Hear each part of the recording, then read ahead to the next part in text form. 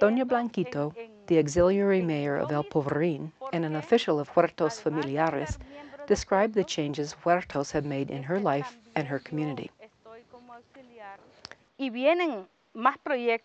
With the huertos, many projects came here, many projects. The people are very happy. It's a very big change that we have on account of these huertos, in response to organizing our own town. We had to make this big change. We have fresh vegetables from our huertos. There are 10 families in this pueblo who are beneficiaries of the huertos.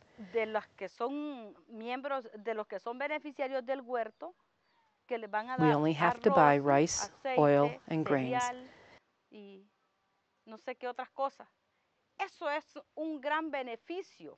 This is a big benefit.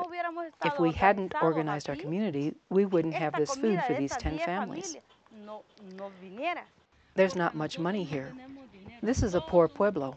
Look at our houses. Now we have food to feed ourselves and our children. With this huerto, she makes a meal for her children. I use the leaves and roots to make soups. It's so delicious.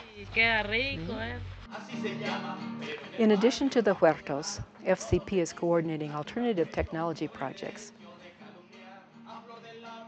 One of our biggest thrills on this trip was to witness the inauguration of the first alternative energy stove that uses methane from a biodigester. The sealed plastic bag of the biodigester contains a slurry of cow manure inoculated with bacteria that produce methane in the anaerobic breakdown of the organic materials.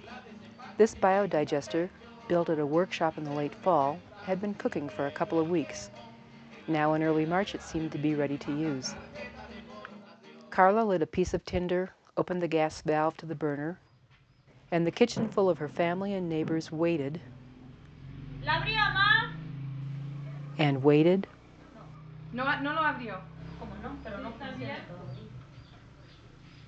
and waited. Just as others went outside to check the tubing and valves, the burner burst into flame.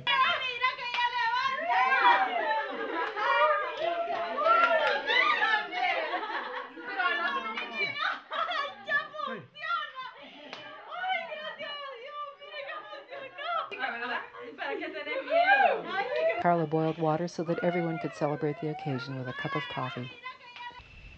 These family gardens and this alternative technology are the result of months of discussion, planning, and community organizing, followed by a number of training workshops.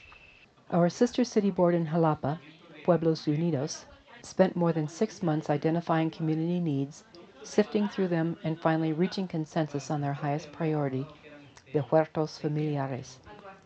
Following this diagnosis, Pueblos Unidos subsequently identified the community of El Polvorín for the pilot project. The community then went through its own process of identifying needs and priorities using a variety of methods, which included charts showing responsibilities of women versus men throughout a 24-hour period, and coming up with what became known in Jalapa as the taco diagram.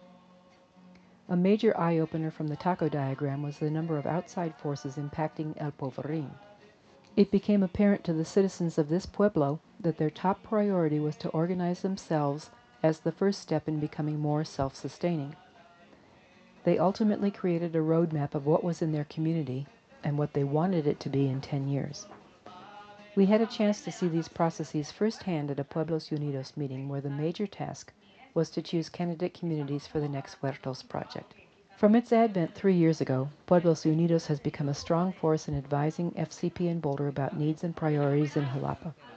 The members are people who are dedicated to achieving the greatest good for communities with the greatest need, and not necessarily their own community, and whose passion and knowledge are passed on, thereby assuring the backing and buy-in by these communities. And its current program, the Huertos-Familiares program, is doing more than providing a nutritious, inexpensive, dependable source of food. It's awakening a spirit of pride, self-reliance, and community empowerment, as well as revealing the innate leadership and creativity of the campesinos. It may seem to be a slow process, but these are truly the seeds of sustainability.